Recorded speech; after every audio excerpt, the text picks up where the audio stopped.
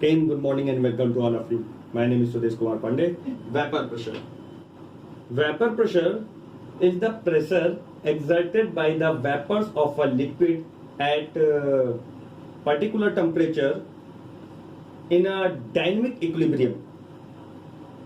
ठीक है, समझिए वेपर प्रेशर, जो वेपर्स का जो प्रेशर होता है डायनेमिक इक्विलिब्रियम के कंडीशन में एक कांस्टेंट टेम्परेचर पर, उसको हम वेपर प्रेशर कहते हैं.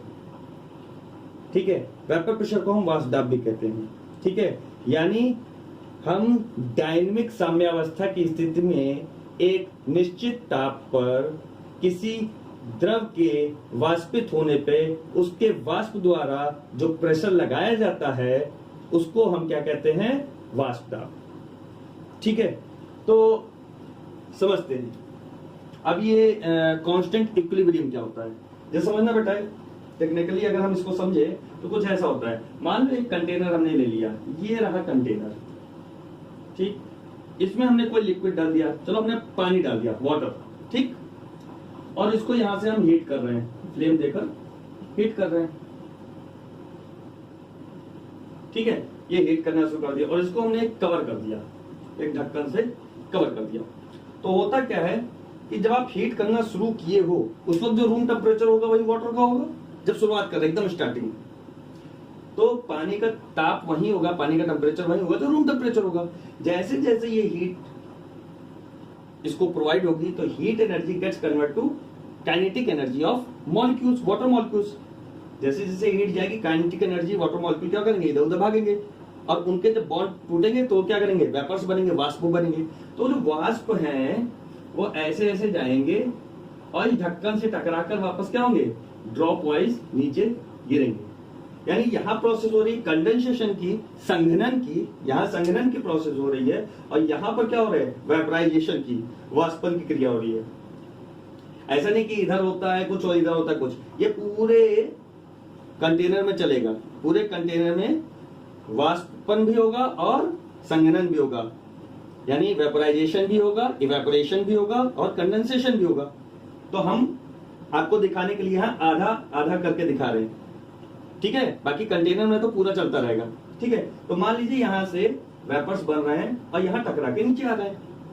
ठीक है, तो शुरुआत में क्या होता है? शुरुआत में कंडेंसेशन की दर जो होती है, संघनन की दर ज्यादा होती है. मतलब ये जैसे ही बनते हैं वैसे ही क्या हो जाते हैं? ये ड्रॉप बना लेते हैं, पानी की बूंदे बनाते हैं, कंडेंस हो जाते हैं, संघनित हो जाते हैं. कैसे? क्योंकि यहाँ का टेम्परेचर, इस बर्तन का टेम्परेचर ज्यादा होगा क्योंकि ये डायरेक्ट कांटेक्ट में है. और ये जो ढका हुआ बर्तन है, जिस प्लेट से हमने ढका है, ठीक है, उसका टेम्परेचर इससे जरूर कम होगा, कुछ तो कम होगा. ठीक है, तो वो जो ड्रॉप होती हैं वेपर्स, जो वेपर्स बनते हैं, जो वाष्प बनते हैं, तो इसकी अपेक्षा में, इसके रेस्पेक्ट में ये थोड़ा सा इसका टेम्परेचर कम है. तो कम है तो कम टेम्परेचर वाले पर ये क्या हो जाते हैं? संघनित हो जाते हैं. लेकिन धीरे धीरे जब ये प्रोसेस चलती रहती है तो इसका भी टेम्परेचर क्या होगा? ये वाष्प जो है लगातार इससे टकरा रहे हैं और क्या हो रहे हैं? कंडेंस हो रहे हैं. कंडेंस हो रहे हैं तो अपनी हीट इसको भी तो ट्रांसफर कर रहे हैं. तो धीरे धीरे प्लेट जो होता है, प्लेट भी गर्म होना शुरू हो जाता है. 10-15 मिनट बाद देखिए तो ये प्लेट भी आपका थोड़ा बहुत गर्म हो जाएगा. तो इस दौरान क्या हो रहा है? वाष्पन हो रहा है, वेपराइजेशन हो रहा है, कंडेंसेशन भी हो रहा है. शुरुआत में क्या हो रहा था? कंडेंसेशन तेजी से हो रहा था, जैसे ही वेपर्स बने वैसे ही कंडेंस हो गए थे. धीरे धीरे क्या हुआ? इसकी स्पीड बढ़ती चली गई क्योंकि हीट मिल रही थी. तो वाष्पन तेजी से हो रहा था, इवेपोरेशन तेजी से होता, तो वेपर्स ज्यादा तेजी से बनने लगे और कंडेंसेशन उसके रेस्पेक्ट में क्या हो गया? कम हो गया. संघनन क्या हो गया? कम हो गया. क्यों? क्योंकि इसका ताप बढ़ने लगा था. तो धीरे धीरे क्या होता है? ये बढ़ने लगता है, ये कम होने लगता है. और एक समय ऐसा आता है, शुरुआत में क्या था? शुरुआत में ये तेजी से हो रहा था, कंडेंसेशन तेजी से हो रहा था और वेपराइजेशन कम हो रहा था. ठीक है, बाद में क्या हुआ? ये तेजी से होने लगा, ये कम होने लगा. तो इस प्रोसेस के दौरान क्या हुआ? एक समय ऐसा आया जब वाष्पन यानी इवेपोरेशन और कंडेंसेशन यानी संघनन, दोनों का रेट क्या हो गया? दोनों की दर जो हो गई वो समान हो गई. यानी जितनी तेजी से ये वाष्पित हो रहा था उतनी तेजी से ये कंडेंस हो रहा था. तो कंडेंसेशन और इवेपोरेशन की स्पीड जब बराबर हो जाती है उस वक्त वेपर्स का जो दाब इस प्लेट या इस कंटेनर पे महसूस किया जा रहा है, उस दाब को, उस प्रेशर को हम वेपर प्रेशर कहते हैं। समझ में आई? और इस अवस्था को हम डायनेमिक इक्विलिब्रियम कहते हैं। अभी हमने टर्म यूज किया था ना, डायनेमिक इक्विलिब्रियम। ठीक है, डायनेमिक इक्विलिब्रियम ये है त्वरित साम्यावस्था। डायनेमिक इक्विलिब्रियम मतलब त्वरित साम्यावस्था। जैसे ही ये इवेपोरेट हुआ वैसे ही कंडेंस हो गया, मतलब इवेपोरेशन और कंडेंसेशन का रेट क्या हो गया? बराबर हो गया। और इस दाब को हम क्या कहते हैं? वेपर प्रेशर, यानी वाष्प दाब। ठीक है, तो ये था पूरा आपको समझने का। जनरली इसकी डेफिनेशन कुछ ही आती है, लेकिन समझने के लिए इतना हमने बता दिया। जनरली समझने के लिए बस इतना समझो कि वाष्प का जो वेपर्स का जो दाब होता है उसे हम कहते हैं वाष्प दाब। और वेपर्स किसके होंगे? जो वोलाटाइल होगा, जो वाष्पशील होगा। नमक थोड़ी ना, नमक को गर्म करो वो थोड़ी ना वाष्पित होगा,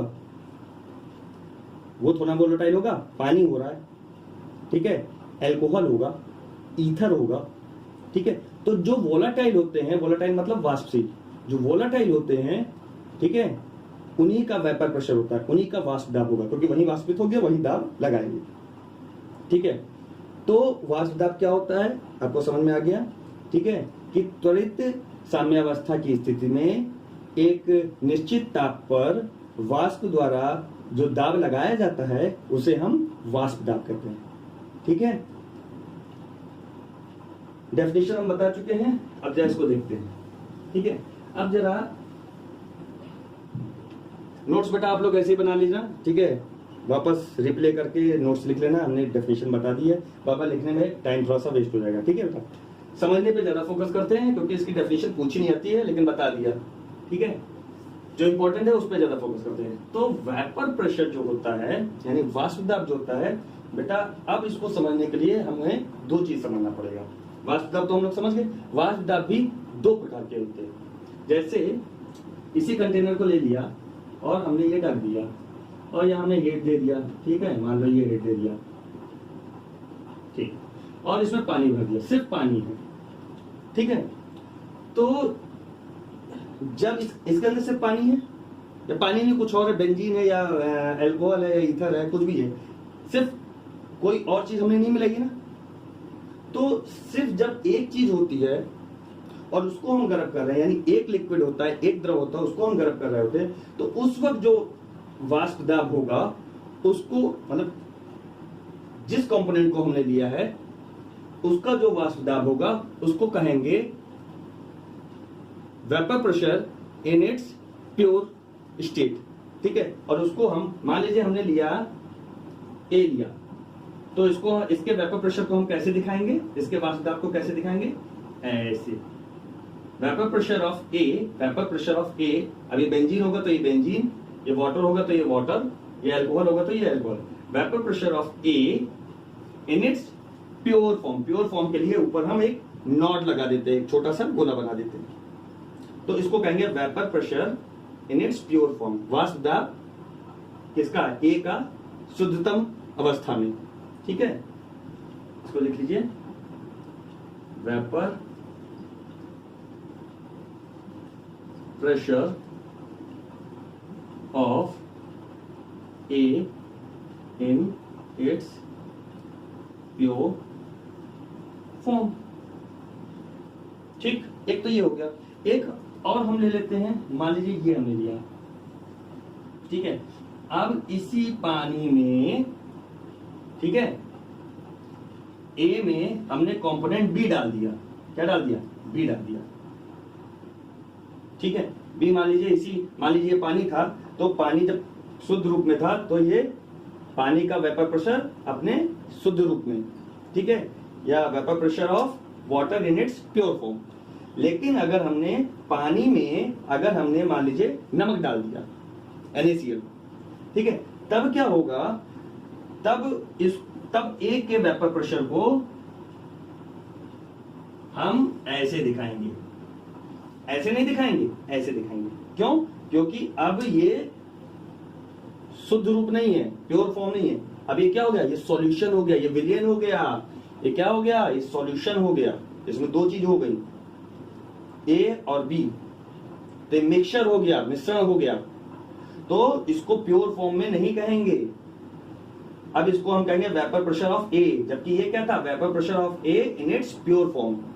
अब ये क्या है, वेपर प्रेशर ऑफ ए, या इसको कहेंगे वेपर प्रेशर ना कहकर अब कहेंगे और अच्छे से अगर हम करना चाहे तो पार्शियल वेपर प्रेशर ऑफ ए। कभी कभी पार्शियल टर्म नहीं यूज करते हैं और कभी कभी कर देते हैं। पार्शियल मतलब आंशिक, तो partial vapour pressure English medium, Hindi medium के लिए आंशिक वाष्प दाब। ठीक है, तो आप इसको कहोगे partial vapour pressure of A. तो बी के वेपर प्रेशर को क्या कहोगे, partial vapour pressure of B. बात समझ में आई? दोनों में कितना अंतर है? जब अकेला होगा कोई भी कंपोनेंट अगर अकेला है तो उसके वेपर प्रेशर को हम पार्शियल वेपर प्रेशर नहीं, सिर्फ vapour pressure in its pure form of that component, जो भी कंपोनेंट है, जो भी घटक है। और अगर हम मिश्रण ले रहे हैं तो अब वो हो जाएगा पार्शियल वेपर प्रेशर। इसमें और इसमें जमीन आसमान का अंतर है, ये नॉट की वजह से बहुत बड़ा अंतर आ जाता है। ठीक है, चलो अब जरा देखते हैं, इन्हीं दोनों के लिए राउल साहब ने नियम दिया हुआ है, रूल दिया है, उसको देख लेते हैं। ठीक है,